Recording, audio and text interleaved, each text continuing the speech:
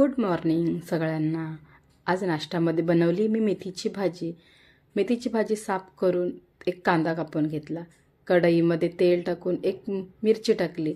आता मिरची मी नेहमी उभी कापते, म्हणजे ती लहान मुलं जर जेवायला असतील तर सहज आपल्याला काढता येते.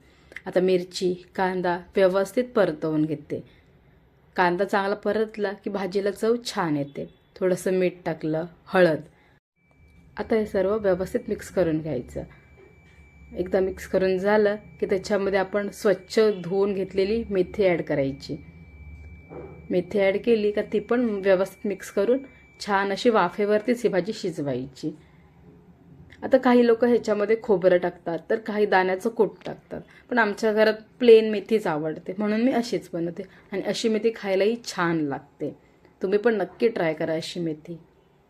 तयार आहे आपली मेथीची भाजी.